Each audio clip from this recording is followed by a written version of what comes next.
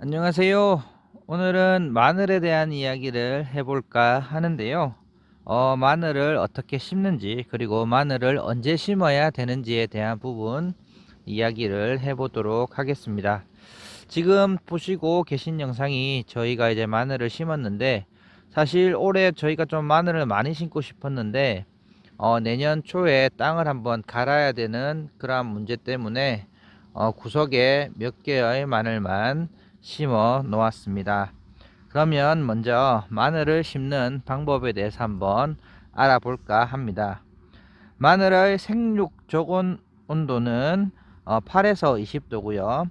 25도 이상이 되면 생육이 정지가 됩니다. 그래서 10월부터 대개 마늘을 심는데, 추운 겨울이 지난 뒤에 4월부터 수확이 가능하며, 따라서 겨울철에 놀고 있는 땅의 최적의 작물이라고 할 수가 있겠습니다. 마늘을 파종하는 시기는 8월 하순부터 11월까지로 구분이 되는데, 이거는 마늘의 종류 때문입니다. 마늘은 한지형 마늘이랑 난지형 마늘 두 가지의 종류가 있어요.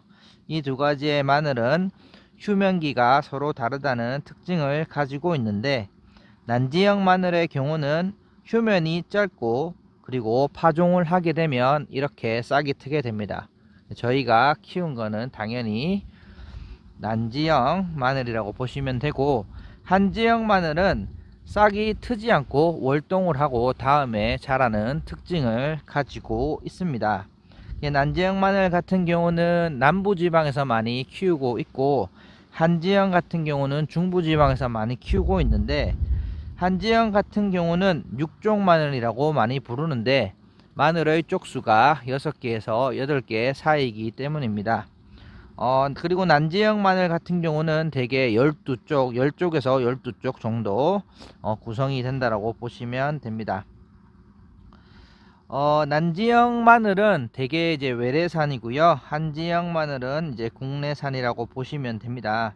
그리고 이제 마늘 심는 시기가 조금 길게 되어 있는데, 이는 또 난지형이랑 한지형으로 구분을 해서 심기 때문입니다. 난지형 마늘의 경우는 앞에서 이야기 드린 것처럼 남부지방에서 주로 심고 있고, 9월 상순부터 10월 상순까지 심게 됩니다. 한지형 마늘의 경우는 중부지방에 많이 심고 있으며 10월 중순부터 11월 초까지 많이 심는데, 11월 초가 지나면 수확이 급격히 줄어들고, 대개는 11월 초까지는 심으셔야 됩니다. 다만 늦었다 하더라도 수확량이 주는 거지 마늘을 못 키우는 것은 아니기 때문에 11월 초가 지나도 충분히 키울 수 있다는 점 알고 있으시면 될 것 같습니다.